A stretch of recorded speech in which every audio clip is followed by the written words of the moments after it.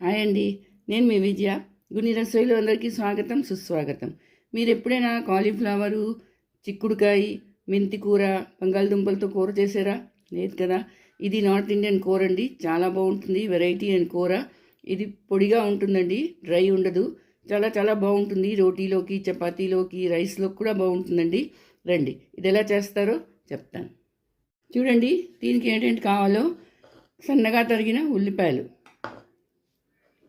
చిక్కుడుకాయలు, అద్దపావు చిక్కుడుకాయలండి ఇవి. తర్వాత 2-3 కట్టలు మెంతి కూర కడుక్కొని సన్నగా తరిగి పెట్టుకున్నాను. కొంచెం కాలీఫ్లవర్, ఇది కూడా ఒక చిన్న ముక్కలు చేసి పెట్టుకోవాలి.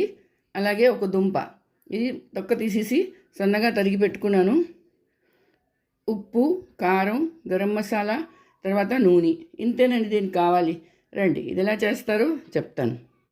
ఇందులో వెల్లుల్లిపాయలు చాలా అవసరం అండి.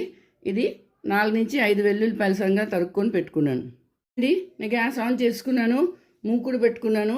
అందులోని నూనె వేసుకుంటున్నాను. 3 చెంచాలు నూనె వేసుకోవాలండి.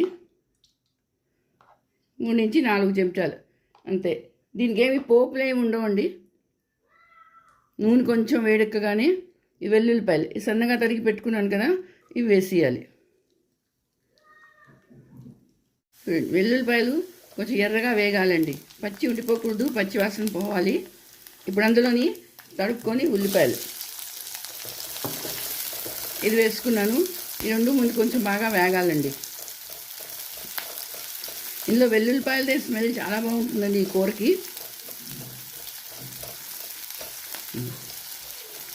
కొంచెం గోల్డెన్ బ్రౌన్ అయ్యే వరకు వేయించుకోవాలి. చూడండి, ఉల్లిపాయలు కొంచెం వేగిపోయి ఇప్పుడు ఇందులోని ఇందాక చెప్పడం మర్చిపోయాను, కొంచెం 1/2 స్పూన్ పసుపు, అలాగే తగినంత ఉప్పు వేసుకోవాలి. వేసుకొని కొంచెం వేయించుకోవాలి. ఇప్పుడు దుంపలు, తరిగిన దుంపలు, చిక్కుడుకాయలు,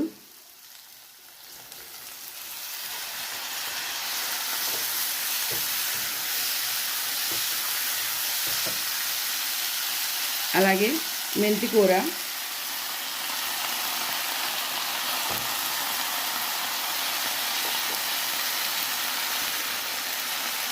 మెంతి కూర మీరు ముందు కూడా వేసుకోవచ్చు.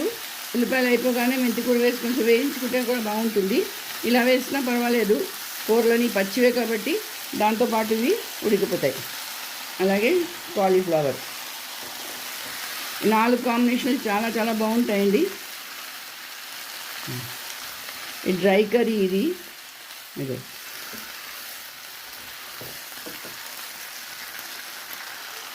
ఇప్పుడు కొంచెం కారం పొడి, మీకు కారం ఎంత కావాలంటే అంత వేసుకోండి. అలాగే గరం మసాలా. ఇంతేనండి దీనికి పడతాయి సామాన్లు, అంతకన్నా ఎక్కువ ఏం పడవు. ఎక్కువైనా మసాలాలు వేసామనుకోండి అది కూరను డామినేట్ చేసేస్తుంది. అందుకని దీనికి ఏం అక్కర్లేదు, దీంతోనే చాలా చాలా టేస్టీగా ఉంటుంది కూర.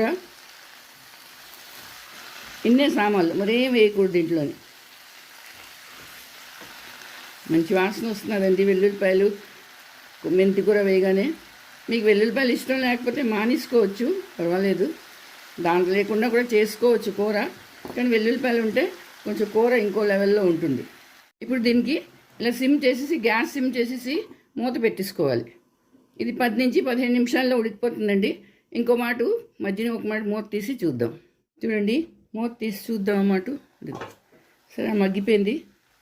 ఇలా మెల్లిగా ఆనూనెతోనే మగ్గుతుందండి. మరి నీళ్ళు పోయడం అవసరం లేదు దీనికి. ఈ డ్రై కూర, దీంట్లో వాటర్ అస్సలు అవసరం లేదు. సరే, మెత్తగా అయిపోతున్నది అప్పుడేను.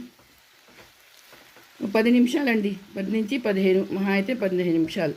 అంతకన్నా వేగరమే కూడా అయిపోతుంది ఇది.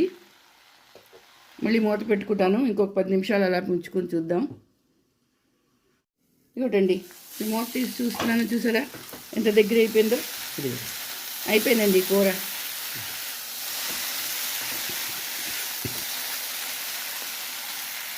అండి, కాలీఫ్లవరు, చిక్కుడుకాయ, మెంతి కూర, దుంప అన్నీ కలిపిన కూర, నార్త్ ఇండియన్ స్టైల్. రెడీ అయిపోయింది. చూసారా ఎంత బాగుందో, చూడడానికి బాగుంది. ఇది రోటీలోకి, చపాతీలోకి, రైస్లో కూడా చాలా బాగుంటుందండి.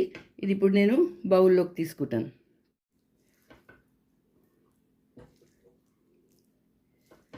ఇది ప్రయాణాల్లోకి అక్కడికైనా మీరు వెళ్ళినప్పుడు చపాతీలోకి ఇలా చేసుకున్నారనుకోండి, 2 రోజుల వరకు కూడా ఇది పాడవదండి. చాలా బాగుంటుంది, మంచి వాసన వేస్తూ ఉంటుంది. చూడండి, ఎవరైనా ఇంటికి వచ్చినప్పుడు కూడా కొత్త వెరైటీ కూర అండి ఇది. ఇలా చేసుకోండి. సరే అండి, కూర రెడీ అయిపోయింది. ఇప్పుడు దీని మీద కొత్తిమీరతో కొంచెం గార్నిష్ చేసుకుంటాను. చూసారా ఎంత బాగుందో.